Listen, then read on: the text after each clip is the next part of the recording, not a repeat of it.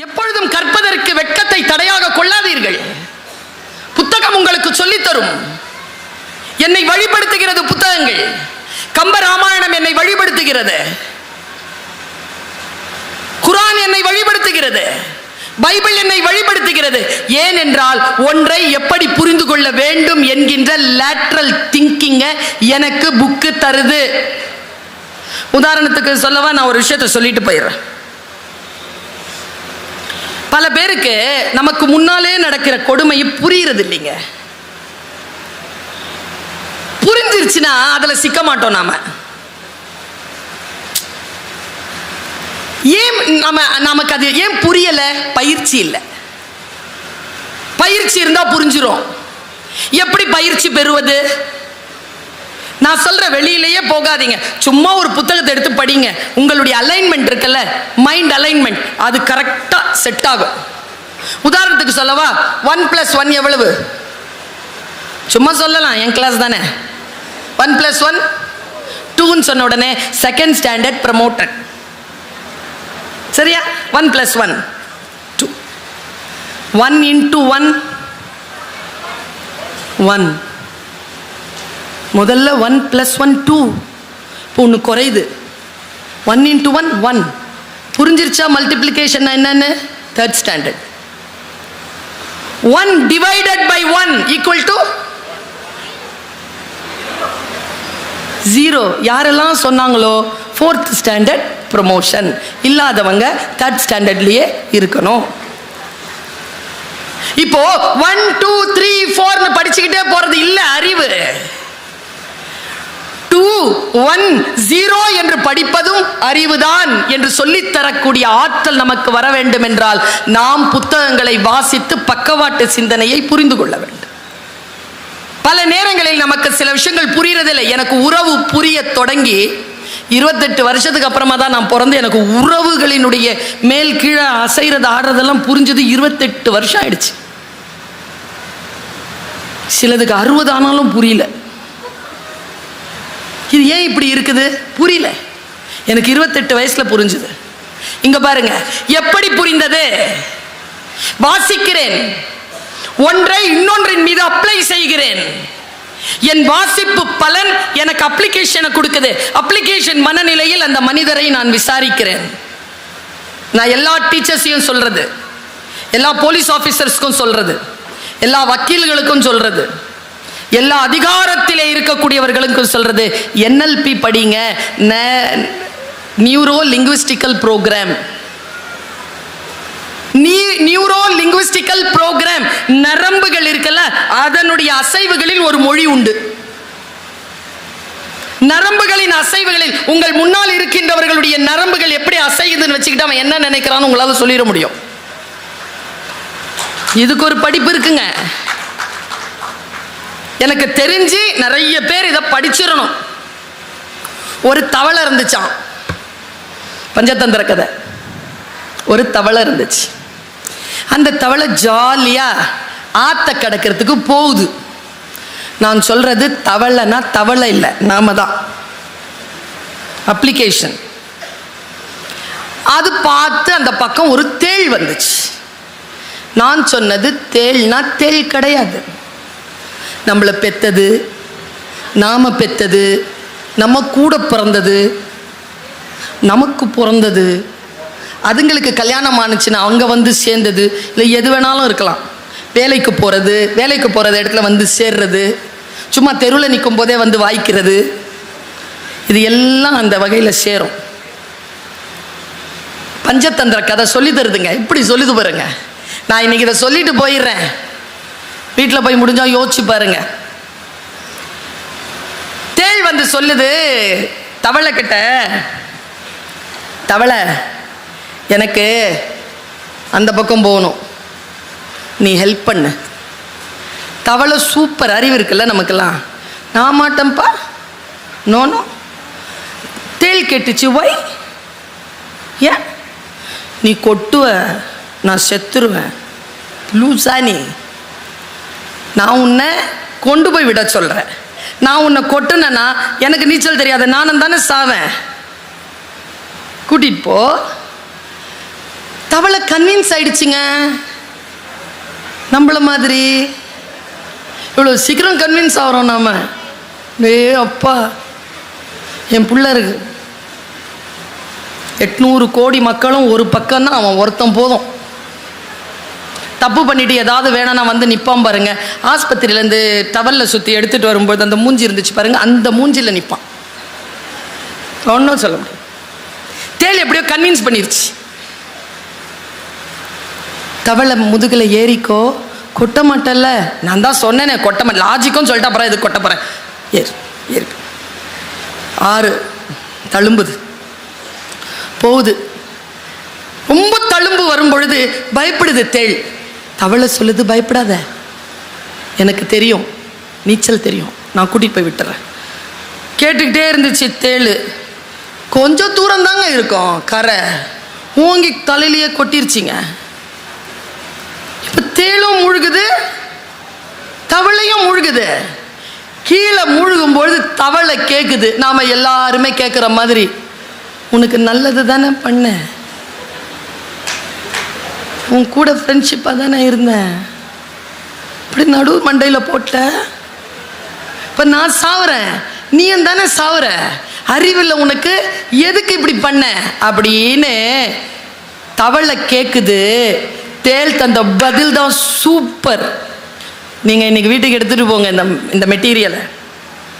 தேள் சொல்லிச்சான், கொட்டணும்னு கொட்டலை, கொட்டுறது என் இயல்பு. ஜோராக கை தட்டுறவங்க எல்லாம் முழுமையாக அனுபவிச்சவங்க. அதை அவர் வேணும்ன்ட்டு செய்ய மாட்டாருங்க, அவருக்கு சட்டுன்னு கோவம் வந்துடும். அவ நல்லவ தாங்க, எங்கேருந்து தான் வருதோ அந்த புத்தி, அப்போ மட்டும் இப்படி பண்ணிடுவான். இது எனக்கு புரிகிறது என்றால் நான் தேளோட வாழ்வேனை தவிர முதுகில் ஏற்ற மாட்டேன்ல. இதை சொல்லி தருகின்றன புத்தகங்களே, நன்றி. என் வாழ்க்கையை காப்பாற்றுகிறாய், நன்றி. கவனம் ரொம்ப முக்கியமான விஷயம் சொல்றேன். கவனத்தோடு இருக்க வேண்டும் நாம். பல நேரங்களில் நம்முடைய சீரழிவுக்கு காரணம் கவனச்சிதறல் தான். உதாரணத்துக்கு சொல்றேன், இப்போ மேடையில் அருள் பிரகாஷ் சார் உட்காந்துருக்கார்.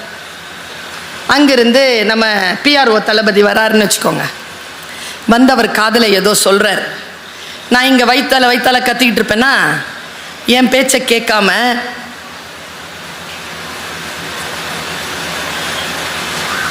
அவர் காதில் சொல்லியாச்சு. அவங்க கடைசி வரைக்கும், நாம் சாவுற வரைக்கும் அவர் காதில் அவருக்கு என்ன சொன்னார்னு நமக்கு தெரிய போகிறதில்ல. ஆனால் நம்ம கவனமெல்லாம் அங்கே தான் இருக்கும். இங்க சத்தமா பேசிட்டு இருக்க பாருங்க, முக்கியமான ஒரு விஷயம் உங்களை கடந்து போயிருக்கும், அதை பற்றி கவலை இல்லை. கவன சிதறல், உங்களுக்கு காட்சிகள் போதுமானதாக இருக்கிறது கவனத்தை சிதறடிக்க. நான் எந்த மேடையிலும் சொல்லுவேன், புத்தக திருவிழா மேடையிலும் சொல்லுகிறேன், ஆர்ப்பாட்டமாகவும் நகைச்சுவையாகவும் பேசுகின்றவர்களுடைய பேச்சை ஆர்வமாக கேட்கும் நாம் ஆர்ப்பாட்டமும் நகைச்சுவையும் இல்லாமல் ஆழமான அறிவோடு பேசுகின்ற சான்றோர்களின் பேச்சை கேட்டு பயிற்சி பெற வேண்டும். நம் வாழ்க்கையை மாற்றி போடக்கூடிய முத்துக்கள் அங்கிருந்து கிடைக்கலாம். என்னுடைய அப்பா சொல்லுவார், கடல் முழுக்க தண்ணி இருக்குங்க, உள்ள ஒரு சிப்பி வாய் திறந்து மூடிட்டு இருக்கோம், பார்த்துருக்கீங்களா? கடல் முழுக்க நீர் இருக்குல்ல, அது ஏன் தாகத்தோடு இருக்கு? ஏனென்றால் அதற்கான துளி, தாகத்தை தணிக்கக்கூடிய துளி கடலில் இல்லை. அது எங்க இருக்கு? வானத்தில் மிதந்து கொண்டிருக்கக்கூடிய மேகங்களுக்குள் மறைந்திருக்கு. கரெக்டா அது வரணும், மழையா விழணும், ஆழ்கடல்ல போகணும், சிப்பி வாய்த்திருந்து மூடுகின்ற அந்த பிசிக்ஸ் இருக்குல்ல, அது அங்க ஒர்க் அவுட் ஆகணும். அப்ப அதை உள்ள போய் உட்காரம் பாருங்க, அது வெறும் துளி அல்ல, முத்தாக மாறும். உங்கள் வாழ்க்கையை மாற்றி போடுகின்ற துளிகள் இதோ நேர போனா இருக்கு, 200 அரங்கங்களுக்கு மேல இருக்குல்ல, அங்க கொட்டி கிடக்கின்ற கோடானு கோடி புத்தகங்களுக்குள் உங்கள் சொல் எனும் மந்திரம், நீர்த்துளி என்கின்ற முத்து மறைந்திருக்கிறது. எங்கேயோ வாசிக்கிறேன், நான் எதுவும் வாசிக்கிறேன். எதையோ வாசிக்கின்ற பொழுது ஒன்று தெரிகிறது. சொல்லலாமான்னு தெரியல, எங்க சொல்லாம எங்க சொல்றது. புத்தகத்தை காலில் தொட்டினா என்னங்க பண்ணலாம்? எடுத்து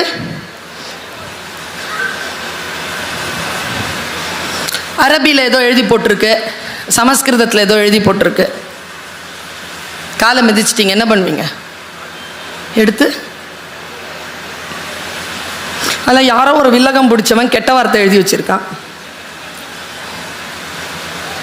படித்தாதானே தெரியும் அது கண்ணில் ஒத்திக்கிறதா கிழிச்சு போடுறதான்னு. பார்த்தவுடன் புக்கு படித்து பாருங்க, கிழிச்சி தூர எறிகின்ற புத்தகங்கள் உண்டு, நெஞ்சத்தோடு அரவணைத்துக் கொள்ளுகின்ற புத்தகங்கள் உண்டு. எந்த புத்தகம் உங்களுடைய வாழ்க்கைக்கு உதவி செய்யுமோ அந்த புத்தகங்களுக்கு நன்றி சொல்லுங்கள். அதை தேடி கண்டுபிடிக்கிறது தான் 10 நாள் வைக்கிறாங்க. 10 நாள் ஃபஸ்ட்டே வந்து புக்கு வாங்கிடாதீங்க, ரவுண்ட்ஸ் போங்க, இதெல்லாம் சாப்பிடுங்க, இங்கே உட்காந்து பேச்சை கேளுங்க, போங்க, ஃபஸ்ட்டு ஒரு ரவுண்டு வாங்க, எவ்வளோ பணம் இருக்குன்னு பார்த்துக்கிடுங்க. உங்களுடைய ஆசிரியர்கள், நண்பர்கள், சான்றோர்களிடத்தில் கேளுங்க, இந்த வருஷம் எந்த புக் வாங்கினா நல்லா இருக்கும். தேர்ந்தெடுத்து திட்டமிட்டு புத்தகங்களை வாங்குங்கள். எனக்கு தெரிந்து ஒரு பென்சிலை கடைசி வரைக்கும் எழுதி தீர்த்த பிள்ளையும் இல்லை, ஆசையாக வாங்கி வைத்துக் கொண்டிருக்கக்கூடிய புத்தகங்களை படித்து தீர்க்கின்றவர்களும் இல்லை. சார் சொன்னார் 20 லட்சம் புக்கு விற்பனை ஆயிருக்குன்னு. நான் சொல்லட்டுமா, ஒரு ஆசிரியரா வாசிக்கும் பழக்கம் குறைந்திருக்கிறது. என்ன இது ஐரானிக்கல் டிஃபரன்சியேஷன்? புக்கு நிறைய விற்பனை ஆகுது, படிக்கும் திறன் குறைந்திருக்கிறது. ஏன்? புத்தகங்களை அலங்காரமாக கையில் எடுக்கிறோம்? கிடையாது. ஒரு புத்தகத்திற்கு ஆக பெரிய அவமரியாதை எது தெரியுமா? வன்முறை எது தெரியுமா? அதை படிக்காமல் விடுவதுதான்.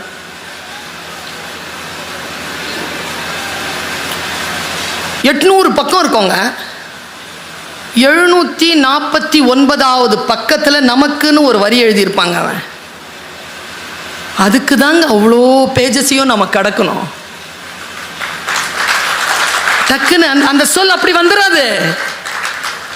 நான் ஏன் தெரியுமா புத்தகத்துக்கு நன்றி சொல்றேன்? ஒவ்வொருத்தரும் துடிக்கிறாங்க, தன் வாழ்க்கையில் தான் கண்டெடுத்த பேருண்மையை, பெரும் ரகசியங்களை அந்த புத்தகங்களின் வழியாக உங்களுக்கு தந்து கொண்டே இருக்கிறார்கள். அதை நீங்கள் படித்துவிட வேண்டும் என்று ஒவ்வொருவரும் துடிக்கிறார்கள். நான் ஒரு பதிப்பகத்தை நடத்தியவள். மு. அருணாச்சலம் என்கின்ற தமிழ் இலக்கிய வரலாறு 14 தொகுதிகளை நான் பதிப்பித்தேன். ஆ. பாலகிருஷ்ணனுடைய திருவருட்பாவை முழுக்க பொற்பதிப்பாக கொண்டு வந்தது பார்க்கர் நிறுவனம். நான் சொல்லுகிறேன், ஒவ்வொரு புத்தகமும் இங்கே பதிப்பாளர்கள் இருக்கிறார்கள், அவர்களுக்கு நீங்கள் ஆதரவு தர வேண்டும். இங்கே எழுத்தாளர்கள் இருக்கிறார்கள், அவர்களுக்கு ஆதரவு தர வேண்டும். ஏன் தெரியுமா? ஒவ்வொரு புத்தகமும் ஒரு பதிப்பாளரின் வாழ்க்கையை காவு கேட்கும். நீங்க வாங்கி ஆகணும். நம்ம கிட்ட ஒரு நோய் இருக்குங்க, ஃப்ரீயா கிடைச்சா ஃபினாயில் தானே பரவாயில்ல, ஃப்ரீயா கிடைக்குதுன்னு குடிச்சிருவோமா? புக்கு மட்டுங்க ஃப்ரீயா வாங்காதீங்க, காசு கொடுத்து வாங்குங்க. ஏங்க அது சரஸ்வதிங்க, லக்ஷ்மி கொடுக்கணுங்க. நான் இந்த லக்ஷ்மி சரஸ்வதின்னு சொன்னதுனால சொல்கிறேன். ஒரு 10 நாளைக்கு முன்னால் ஒரு ரவிவர்மா ஓவியம் பார்த்தேன், ஒரு புக்கில் அழகாக போட்டிருக்கு. அதில் நல்ல ஒரு பிங்க் கலர் சாரியில் லக்ஷ்மி உட்காந்துருக்காங்க, பத்மாசனம், பியூட்டிஃபுல்லுங்க. ரவிவர்மா வந்து 1000 வருடங்கள் ஓய்ந்து கிடந்ததற்கு பின்னர் வாராதது போல் வந்த மாமணி போல வந்த ஒரு அற்புதமான ஓவியர் வரைஞ்சிருப்பான். பேரழகா இருப்பாங்க லக்ஷ்மி. அவங்க கை அந்த அந்த அந்த அந்த கை வச்சிட்டு இருப்பாங்கல்ல. அப்புறமா லக்ஷ்மி காடஸ், லக்ஷ்மி இறைவியினுடைய அந்த படங்களை பார்த்துருக்கேன். அவங்க ஒரு தங்க குடம் வச்சுருப்பாங்க, பார்த்துருக்கீங்களா? ரெடியாக இருக்கும் நமக்கு கொடுக்கறதுக்கு. பிரார்த்தனை பண்ணுறது தான், டக்குன்னு கொடுத்துருவாங்க. இது எப்படி தெரியுமா வாங்கினாங்க? அவங்க விஷ்ணுவனுடைய கால் பிடித்து 12 காலமாக செய்த ஊழியத்தின் பலனாக விஷ்ணு அவர்களிடம் கேட்டார்களாம், எனக்கு ஒரு வரம் தாருங்களேன், என் பக்தர்களுக்கு நான் ஏதேனும் தர வேண்டும். உடனே மகிழ்ந்த விஷ்ணு சொன்னாராம், உன்னிடத்தில் யார் வந்து கேட்டாலும் அவர்கள் வாழ்க்கை நிறைவாக இருக்கும்படியாக செல்வத்தை தரக்கூடிய ஒரு வரத்தை உனக்கு தந்தேன் என்று சொன்னாராம். லக்ஷ்மி கிட்ட எது கேட்டாலும் காசு கிடைக்கும். கொடுத்த உடனே நம்மளை பற்றி தெரியும்ல விஷ்ணுவுக்கு, அவர் ஒரு முடிவு பண்ணார், காசு எங்கே இருக்குதோ அங்கே தானே போவாங்க. இப்போ நமக்கு ஒரு பைலா எழுதினார், நீ எவ்வளோ வேணாலும் கொடுத்துக்கலாம், நான் நினச்சா வாங்கிடுவேன் போட்டாரா. இதை பார்த்துட்டு இருந்தாங்க நம்ம காடஸ் சரஸ்வதி. நேராக தன்னுடைய கணவர்கிட்ட போனாங்க. லக்ஷ்மி அவங்களுடைய கணவர்கிட்ட கேட்டு ஒரு வரத்தை பெற்று விட்டார். நீங்களும் எனக்கு வரம் தாருங்க. என்ன, அவங்க வரத்தை விட கொஞ்சம் அதிகமாக இருக்கணும். அது பெண்களுக்கே ஒரே விஷயம்தான். நான் எப்போவுமே சொல்வேன், நமக்கு 8 புடினா அடுத்தவங்களுக்கு 10 புடி, நமக்கு 10 புடி வேணும். அவங்களுக்கு 10 புடி வந்துருச்சுன்னா நமக்கு 12 புடி செயின். கொஞ்சம் கூடுதலாக சொல்ல, நான் என்ன செல்வம், எல்லா செல்வத்திலும் செல்வத்துள் செல்வம் அச்செல்வம். அவங்க எவ்வளோ கொடுத்தாலும் அதற்கெல்லாம் தலையாய செல்வமாகிய கல்வி செல்வத்தை உன்னை கேட்டால் தரும்படியாக நீ இரு அப்படின்னு உடனே அந்த அம்மா கம்முன்னு தான் இருந்தாங்களாம். போக மாட்டோமே, நம்ம போவோம். காசு கிடைக்கிற சாமி கிட்ட போவோமா, கல்வி கிடைக்கிற சாமி கிட்ட போவோமா? அவங்க அமைதியாகவே இருந்தாங்களாம். சரி, உனக்கு நான் ஒரு பைலா எழுதுறேன். லக்ஷ்மி கொடுத்ததை வேறு கடவுளர்கள் நினைத்தால் திரும்பி பெற்றுக்கொள்ளலாம். ஆனால் சரஸ்வதி, நீ கொடுக்கின்ற கல்வியை யாராலும் திரும்பி பெறவே முடியாதுன்னு ஒரு வரத்தை பெற்றுக்கொண்டாராம் சரஸ்வதி. எனக்கு நான் அந்த ஆச்சரியத்தோட அந்த ரவிவர்மாவனுடைய அடுத்த பக்கத்தை பார்க்குறேன். சரஸ்வதி உட்கார்ந்துருக்காங்க. ரவிவர்மாவின் சரஸ்வதி எப்படி உட்கார்ந்துருப்பாங்க தெரியுமா? எல்லாம் பத்மாசனத்தில் உட்கார்ந்துருக்க. ரவிவர்மா வரைந்த சரஸ்வதி மட்டும் கால் மேல கால் போட்டுட்டு அப்படி உட்கார்ந்துருப்பாங்க. கற்றோருக்கு சென்ற இடமெல்லாம் சிறப்பு. இது எங்கிருந்து வரும்? இந்த ஆற்றல் எங்கிருந்து வரும்? நான் 31 நாடுகளுக்கு சுற்றி இருக்கிறேன். ஒரு டிக்கெட்டை கூட சொந்த செலவில் வாங்கினதில்லை. இப்போ வந்துட்டு போகிறதுக்கு கூட சார் தான் கொடுக்குறாரு. கற்றோருக்கு சென்றமிடமெல்லாம் சிறப்பு. நீங்கள் நினைக்கிறீர்களா, இவர் கல்வி கற்றவர், இவர் என்னுடைய வாழ்க்கைக்கு உயர்வதற்கான ஆசிரியராக இருக்கக்கூடியவர், இவர் வாழ்க்கையில் சான்றோராக இருக்கக்கூடியவர் என்கின்ற ஒரு அடையாளம் ஒரு மனிதனுக்கு போதும். அந்த அடையாளத்துடன் அவன் கடைசி வரைக்கும் இந்த சமூகத்தில் மிக உயர்ந்த நிலையில் வாழ்வான் என்ற அந்த வாழ்க்கையை கொடுக்கின்ற புத்தகங்களுக்கு நன்றி. வாசியுங்கள், புரிவது போல் வாசியுங்கள். வாசிக்கின்ற பொழுதெல்லாம் அது உங்களுக்கு புரிய வேண்டும். பல நேரங்களில் நாம் வாசிக்கக்கூடிய வார்த்தைகள் நமக்கு புரிவதில்லை, நாம் பார்க்கக்கூடிய காட்சிகள் நமக்கு தெரிவதில்லை. உங்க குழந்தை ஃபர்ஸ்ட் மார்க் வாங்கணும்னு நினைக்காதீங்க. புரியுதா, புரிஞ்சு படிக்குதா? ஒரு கேள்விக்கு அதற்கு அதன் மொழியில் தான் பதில் சொல்ல தெரியும். அந்த மொழி உங்கள் முதல் மதிப்பெண் எடுப்பதற்கு போதுமானதாக இல்லாமல் இருக்கலாம். என்னை போல நான் 10வது ரேங்க் தான் வாங்குவேன். முதல் ரேங்க் வாங்கின பெண் இன்னைக்கு எங்கே இருக்கான்னு தெரில. 10வது ரேங்க் வாங்கின நான் எங்கே இருக்கிறேன்னு முதல் ரேங்க் வாங்கின பொண்ணுக்கு தெரியும். படிப்பு இருக்குல்ல, விஷயம் புரிஞ்சுக்கிறீங்கல்ல, வார்த்தைகளை புரிஞ்சுக்கிறீங்கல்ல. இன்றைய தலைமுறைக்கு நாம் தரக்கூடிய மிக முக்கியமான செய்தியை இந்த மேடையை பயன்படுத்தி சொல்லிட்டு போறேன். நிறைய இளைஞர்கள் இருக்கிறீர்கள். சென்னையிலிருந்து நான் 2:30 மணிக்கு விமானம், எனக்கு 1:30 மணிக்கு நான் விமான நிலையத்திற்கு வருகிறேன். வீட்டிலிருந்து 12:20க்கு கிளம்பினேன். அங்கிருந்தே 20 நிமிடத்திற்குள் விமான நிலையத்திற்கு வரலாம். வரவே முடியலை, நெரிசல். ரொம்ப சிரமப்பட்டு வண்டி ஓட்டிட்டு வரேங்க. இப்படி திரும்பி பார்க்குறேன், ஸ்விக்கி ஜொமேட்டோன்ற அந்த பேர் சொல்லக்கூடாது, அது மார்க்கெட்டிங் மாதிரி ஆகிடும். அந்த உணவு பொருட்களை எடுத்துகிட்டு போகிறாங்கல்ல இளைஞர்கள், ராக்கெட் மாதிரி போகிறாங்கங்க. நீ லாரி ஆயிரு, பஸ் ஆயிரு, 2 வீலர் ஆயிரு, கார் ஆயிரு, யார் வேணாலும் ஆயிரு, சிக்னல் இருக்கட்டும், இல்லாமல் போட்டோம். ஏன்னா அந்த 20 மினிட்ஸில் அவங்க போய் கொடுத்தா தான் அவங்களுக்கு ஒரு 30 ரூபா கிடைக்கும். அந்த இளைஞர்களை பார்த்து கேட்கிறேன், இவ்வளவு வேகமாக வண்டி ஓட்டி கொண்டு அந்த 30 ரூபாய்க்காக போகிறாயே, ஒரு 15 வருடத்திற்கு முன்னால் இவ்வளவு வேகத்தோடு புத்தகங்களை படித்திருந்தால், இந்த வெறியை படிப்பில் காட்டி இருந்தால், நான் வெறியா இருந்தேனே, என்னை போல் நீ ஏன் இல்லை? நீ ஏன் உன்னுடைய வாழ்க்கையை சிரமங்களுக்குள் படுத்திக் கொள்கிறாய் என்றால் என்ன என்றால், நின்று நிதானமாக வாசிப்பது என்பது அவ்வளவு பேருக்கு சுலபமாக வருவதில்லை. 2 விஷயத்தை சொல்றேன். ஒன்று ஸ்போர்ட்ஸ், ஒன்று படிக்கிறது. 2 வேலை செய்யும் போது 3வது வேலை செய்ய முடியாது. ஓட்டப்பந்தயத்தில் ஓடனா ஓடுறத தவிர்த்து வேற எதுவும் செய்ய முடியாது. அப்போதான் முன்னால வர முடியும். படிக்கின்ற பொழுது வேறு எதையும் செய்ய முடியாது. படித்தால் கவனம் சிதறும். 100% உன்னை நீ மூழ்கடித்துக் கொள்வது ஒன்று விளையாட்டில், மற்றொன்று புத்தக வாசிப்பு. உங்க எல்லாருக்கும் ஒரு விஷயம் சொல்லித்தரேன். பிள்ளைங்க கிட்ட இன்னிலேருந்து ஒரு வார்த்தையை சொல்லாதீங்க. டேய் விளையாடாதரா, டேய் நடிக்காதரா சொல்லாதீங்க. 2 டிபார்ட்மெண்ட் தான் நிறைய சம்பாதிக்குது. எனக்கு புரியலிங்க. ஒன்றை படிக்கிறோம், 5 வருடம் ஒன்றை படிக்கிறோம், அதை விட்டு விட்டு வேறு வேலை செய்கிறோம் என்றால் எங்கேயோ தவறு நடக்கிறது. டாக்டர் படிச்சுட்டு சினிமா எடுக்க வரீங்க, அப்ப ஏன் டாக்டர் படிச்சீங்க? ஐஐடி தானே படிக்கிறீங்க, வாங்கல சயின்டிஸ்டா, எதுக்கு ஐஏஎஸ் ஆபீசரா போறீங்க?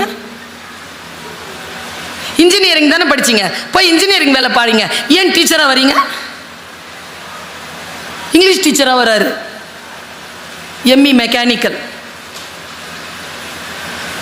கல்வி கற்க வேண்டும் என்றால் எந்தெந்த புத்தகங்களை எப்பொழுது கற்க வேண்டும், அந்த புத்தகம் உங்களை என்ன செய்யும் என்கின்ற தெளிவு, ஒரு மனக்குழப்பம் இல்லாத வாழ்க்கையை நேர்மையாக வாழ்வதற்கான புத்தகங்களை என்னுடைய அன்பிற்குரியவர்களே தேடி படித்துக் கொள்ளுங்கள். யாரும் அறிவுரை சொல்வதற்கு அவசியம் இல்லை. உங்களுக்கானதை நீங்களே தேர்ந்தெடுத்துக் கொள்ளலாம் என்கின்ற சுதந்திரத்தை உங்களுக்கு கல்வியும் வாசிப்பும் தரும். நான் சொல்வதனால் சில பேருக்கு மன வருத்தம் ஏற்படலாம். ஆசை என்றால் குற்றம், இரிதல் என்றால் களைதல். குற்றங்களை களைபவர்கள் நாங்கள், எங்களுக்கு அதுதான் பெயர்.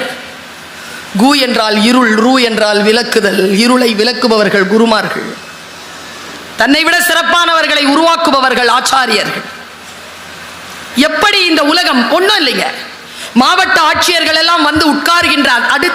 அடுத்த நேரம் நான் பார்க்கிறேங்க, மிக முன்னேற்றம் அடைந்த மாவட்டங்களில் ஆட்சியாளர்களாக வந்து உட்காரக்கூடிய ஆட்சியர்கள் எடுக்கக்கூடிய கோப்புகளில் மிக முக்கியமானதாக புத்தக திருவிழாக்கள் நிகழ்கின்றன. அது எந்த கட்சியை சேர்ந்த அரசாக இருக்கட்டும். என்ன காரணம்? முன்னால் நீ நிமிர்ந்து நிற்க வேண்டும் என்றால் உனக்கு கல்வி அறிவு அவசியம். இந்த அவசியத்தை ஒருவர் புரிந்து கொள்ள வேண்டும் என்பதற்காக சொல்லுகிறேன். சமீபத்தில் ஒரு இடத்தில் குழந்தைகளிடத்தில் பேச போக வேண்டும் என்பதற்காக, நான் சொல்றேன்ல பக்கவாட்டு சிந்தனை, ஒரு சொல்லுக்கும் இன்னொரு சொல்லுக்கும் நடுவிலே ஒரு கேப் இருக்குங்க. ரொம்ப வாசிச்சிங்கன்னா அந்த கேப்பை கூட நீங்க வாசிக்கலாம். ஒன்றும் இல்லை, ஜெயமோகன் கொற்றவைன்னு ஒரு புக்கை எழுதியிருப்பார், 300 படிச்சு பாருங்க. இளங்கோவடிகள் மௌனம் சாதித்த இடத்திலிருந்து என் கதையை தொடங்குகிறேன்னு சொல்லுவார்.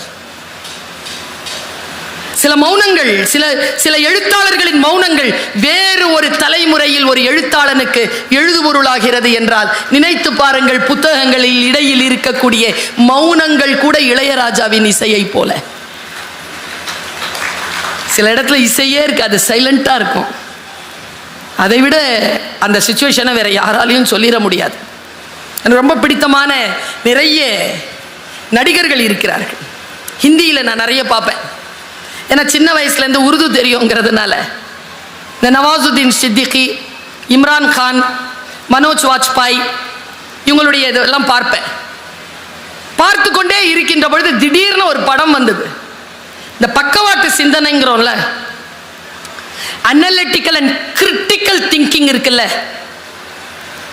இன்றைக்கு நாம் எட்ட வேண்டிய உயரங்களுக்கு எட்டாமல் இருப்பதற்கு காரணம் நம்மிடத்தில் கிரிட்டிக்கல் திங்கிங் குறைந்திருக்கு. ரொம்ப வேகமா விஷயங்களை பார்த்துக்கிட்டே இருந்தீங்கன்னா வேலை செய்யாதுங்க. நான் ஆசிரியை, நான் இப்படி சொல்லுகிறேன். காட்சிகளை வேகமாக பார்த்து கொண்டிருக்கக்கூடிய மனதிற்கு நின்று நிதானமாக வாசிக்க முடியாது, வராது. என்கிட்ட கேட்பாங்க, நீங்க எப்போல்லாம் படிச்சதெல்லாம் உங்களுக்கு ஞாபகம் வருதே எப்படி? நான் சொல்லட்டுமா? இந்த உலகத்திலே இருக்கக்கூடிய பெரிய சாபம் எது, பெரிய வரம் எது என்று சொல்லட்டுமா? பெரிய சாபம், உன் உயிர் காக்கும் நேரம் வருகின்ற பொழுது நீ கற்றது மறந்து போகும் என்று கர்ணனுக்கு கிடைத்த சாபம். உலகத்திலே அதி அற்புதமான சாபம் என்ன தெரியும், வரம் என்ன தெரியுமா? எந்த நேரத்தில் தேவைப்படுகிறதோ நீ உன் குழந்தை பருவத்தில் பார்த்த காட்சிகள் கூட உனக்கு வந்து கைப்பிடித்து உன்னை தூக்கிவிடும். நான் அதனால் தான் சொல்லுவேன், பெற்றோர்களே, ஆசிரியர்களே, நீங்கள் உங்களுடைய பிள்ளைகளுக்கு நல்ல விஷயங்களை இரவு நேரத்தில் உட்கார்ந்து பேசுகின்ற பொழுது, ஒரு பிரார்த்தனை செய்கின்ற பொழுது, ஒரு புத்தகத்தின் ஒரு பகுதியை எடுத்து வாசிச்சு பாருங்களேன். அதில் ஒரு வார்த்தை உங்க 15 வயசு பையன் கேட்க மாட்டான். நாம கேட்டோமா? அவன் கேட்கறதுக்கு அவனும் கேட்க மாட்டான். ஆனா ஒன்று சொல்றேன், சொல்லிக்கொண்டே இருந்தால் என்ன நடக்கும் தெரியுமா? வாழ்க்கை அவர்களுக்கு முன்னால் சவால்களை எடுத்து வீசுகின்ற பொழுது சிறிய வயதில் அவர்கள் கேட்ட அந்த அறம் அங்கே அவர்கள் ஜெயிப்பதற்கு அவர்களுக்கு உதவியாக இருக்கும். அதனால் நல்ல விஷயங்களை சொல்லிக்கொண்டே, ஆசிரியர்களை சொல்லிக்கொண்டே இருக்கிறோம். பாடங்கள், புத்தகங்கள் அதை சொல்லிக்கொண்டே இருக்கின்றன. பாருங்க, நான் ஒரு படம் பார்க்கிறேன். இந்த மாதிரி ஒரு குழந்தை நம்ம வீட்டில் இருக்கணும்னு நான் நினைச்சேன். நம்ம எல்லாரும் அப்படிதான் இருக்கணும், ஃபயர் மாதிரி இருக்கணும். ஏய், எவ்வளவு நல்ல பொண்ணு தெரியுமா? அது பக்கத்தில் உட்காந்துட்டு இருக்கிறேன். ஏன் பையன் சொல்றான், ஏன்னா நான் எதை சொன்னாலும் நீ நம்புற அப்படிங்குது. உருப்படுமா? நீ நல்ல பொண்ணுன்னு சொல்றதே அவன் ஸ்டேட்மெண்ட்ல அழிச்சிட்டான். அவன் சொன்னதுல அவன் அழிச்சிட்டான். வித்தியாசமா பேசுறாங்க. ஷார்ப்பா இப்போ ஆகும். நம்ம ஒருத்த ஒரு விஷயத்த சொல்றானா, நீ வெளிப்படாத, புரிஞ்சுக்கோங்கிற. உடனடியாக வெளிப்பட அவசியம் இல்லை. ஓ இதுதானா, புரிந்து கொள். புரிஞ்சுக்கிறதுக்கு ஒரு தன்மை இருக்க வேண்டாமா? வெள்ளையா இருக்கிறவன் பொய் சொல்ல மாட்டான். இங்கிலீஷ்ல பேசுறவெல்லாம் புத்திசாலி. யார் சொன்னது? யாருங்க சொன்னது? நான் சொன்னேன், இனிமேல் கர்ம வீரர் காமராஜரை யாரும் கருப்பு காந்தி என்று சொல்லவே கூடாது. அவர் தென்னாட்டின் காந்தி. கருப்பு என்பது என் தேசிய நிறம், அது என்னுடைய சுயமரியாதைக்குரிய இடம். அதை கருப்பு என்கின்ற வார்த்தையால் நீ குறிப்பிடாத. அவரை படிக்காத மேதை என்று சொல்லாத. யார் படிக்காத மேதை? நாம் எல்லோரும் படிக்க வேண்டும் என்றால் என்ன செய்ய வேண்டும் என்று படித்த மேதை அவர். எப்படி நாம் கொண்டு செலுத்துவது ஒன்றை? ஒரு தலைவரை எப்படி கொண்டாடுவது? ஒரு மனிதரை தலைவர் என்று எப்படி நாம் ஏற்றுக்கொள்வது? நான் சொல்லட்டுமா, எல்லோரையும் விட சிறப்பானவன் இல்லை தலைவன். தன்னை விட சிறப்பானவர்களை உருவாக்குபவன் தான் தலைவன். வாசிச்சா எனக்கு புரியுதே. உன்னை விட என்னை சிறப்பானவராக உருவாக்குகிறாயா? நான் தான் முதல்வன், நான் தான் முதல்வன் என்று அலைந்து கொண்டிருக்கின்ற நேரத்தில் இன்றைக்கு முதலமைச்சராக இருக்கக்கூடியவர் நான் முதல்வன் என்று நீ சொல் என்று உங்கள் வீடு வரைக்கும் கொண்டு வந்து நான் முதல்வன் திட்டத்தை வைக்கிறாரே.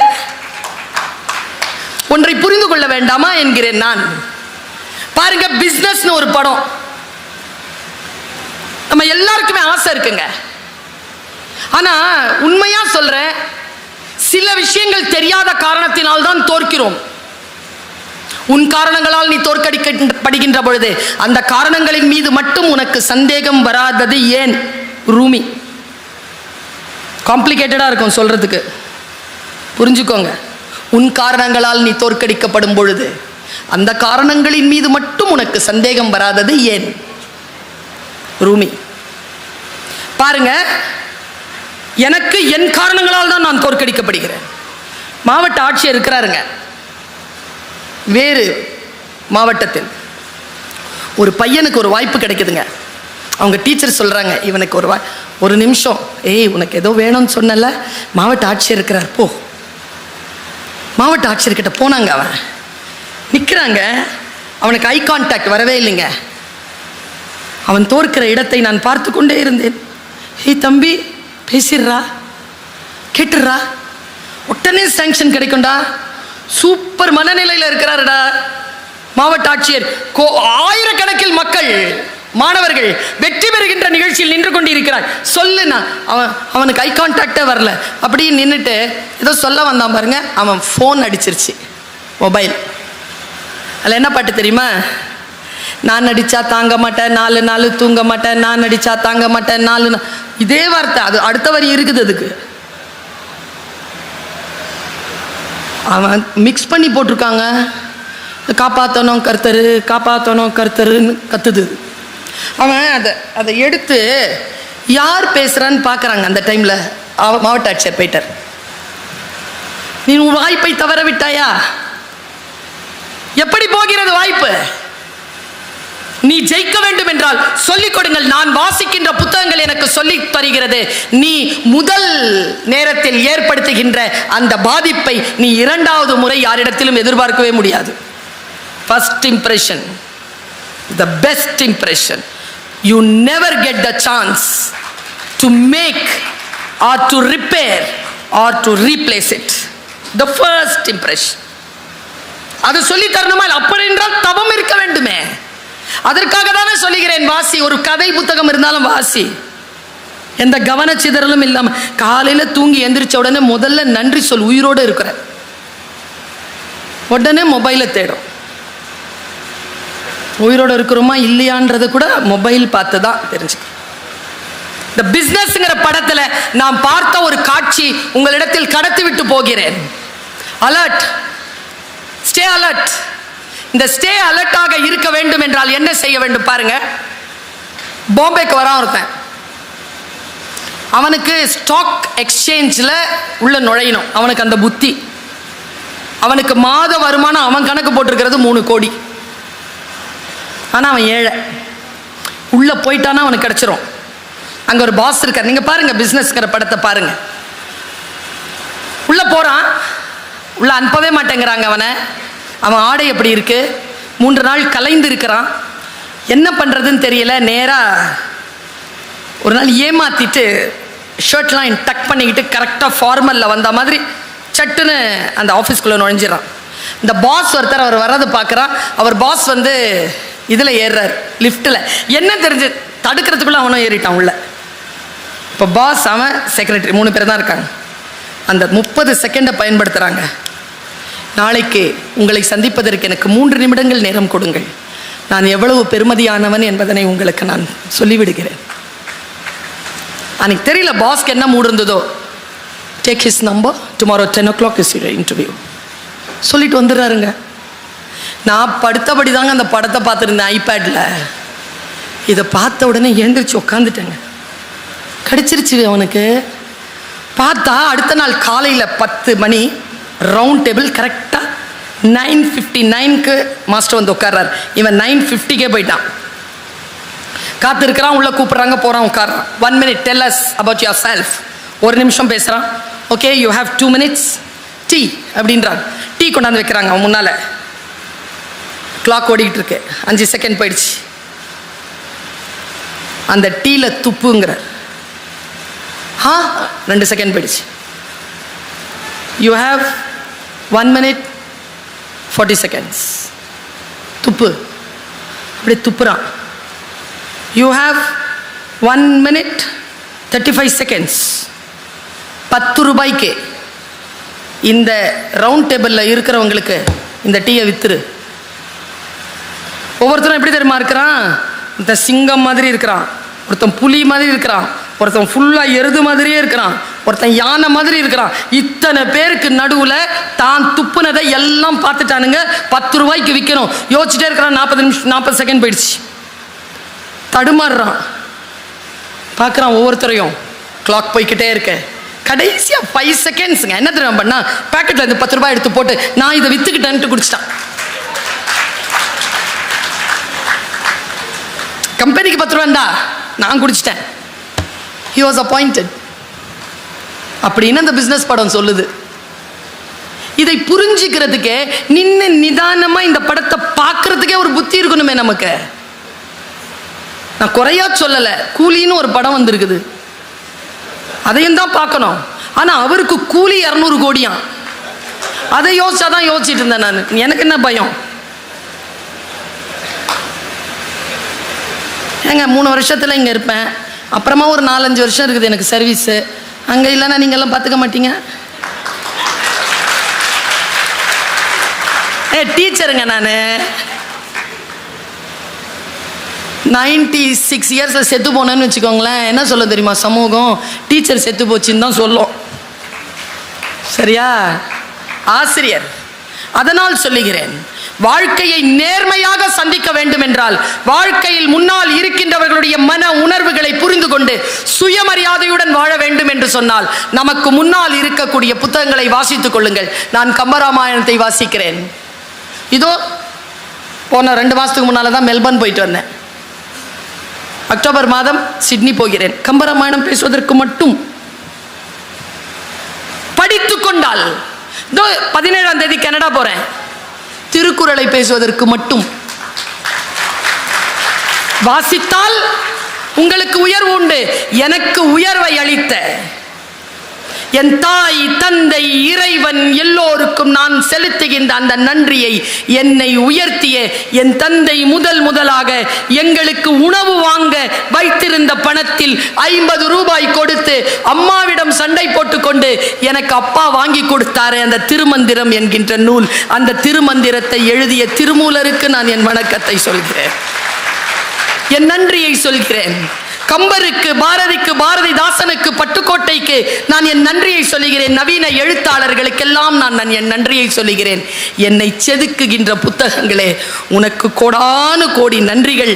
நீ இன்னுமாய் பலரை செதுக்குவதற்காக புறப்பட்டு வா, உன்னை விரித்து வாசிக்க காத்திருக்கிறோம். நன்றி, வணக்கம்.